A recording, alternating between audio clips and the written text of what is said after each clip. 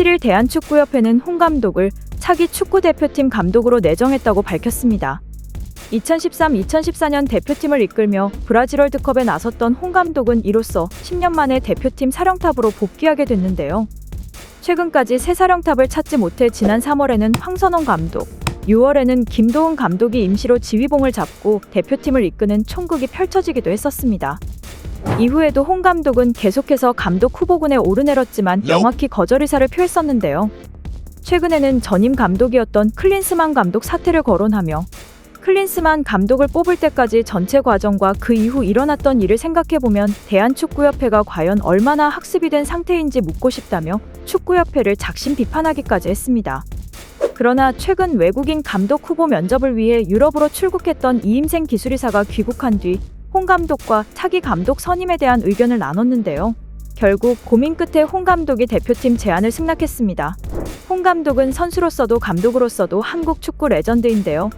선수로서는 1996년 피파 올해의 선수 선정, 2002년 한일 월드컵 4강 주역, 월드컵 브론즈볼 등 커리어를 쌓았고, 감독으로서는 2009년 U20 월드컵 8강, 2012년 런던 올림픽 동메달, 울산 HD 우승 등 탄탄한 성공 가도를 쌓았습니다.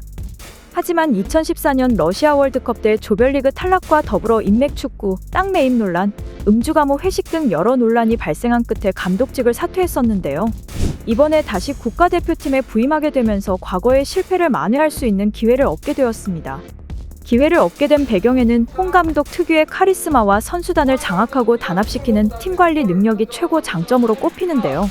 선수단 단합 능력을 가장 중요하게 본다는 축구협회와 홍 감독의 특징이 같은 점이 차기 대표팀 감독 1순위로 뽑혔습니다. 이로써 홍 감독은 2027년 1월까지 한국을 이끄게 되었습니다. 그러나 이에 대해 팬들의 반응은 물론이고 축구인들의 반발도 거셌는데요. 특히 10일날에 업로드된 한 영상이 뜨거운 논란이 됐습니다. 전 국대 출신이자 현 국가전력강화위원인 박주호가 홍명보 선임에 대해 내부 폭로를 한 것인데요. 홍 감독의 선임은 절차 안에서 이뤄진 게 아니다. 내부에서 활동한 실무자인데도 몰랐다며 같이 일하는 사람 입장에서 이번 감독 선임이 어떻게 흘러갔고 왜 홍 감독님이 됐는지 알아야 하는데 모르겠다는 말밖에 전할 게 없다라고 하소연을 했습니다. 그리고 축구협회 부회장 출신이자 해설위원인 이영표도 축구협회에 대한 비판을 가했습니다. 기존에 있는 전력강화위원들과 소통한 후 발표했었어야 되는데 그 과정이 생략됐다는 것이 가장 큰 문제고, 이번 감독 선임 과정에서 협회가 여러 가지 행정적인 실수를 했다.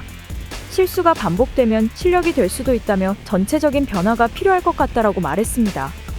홍명보호가 시작하기 전에 각종 잡음과 구설수로 논란이 끊이지 않는 가운데 이 사태를 축구협회가 어떻게 극복하고 해결할 것이며 신임 국가대표팀 감독으로 부임하게 된 홍 감독이 위기에 빠진 한국 축구를 구할 수 있을지 관심이 집중됩니다.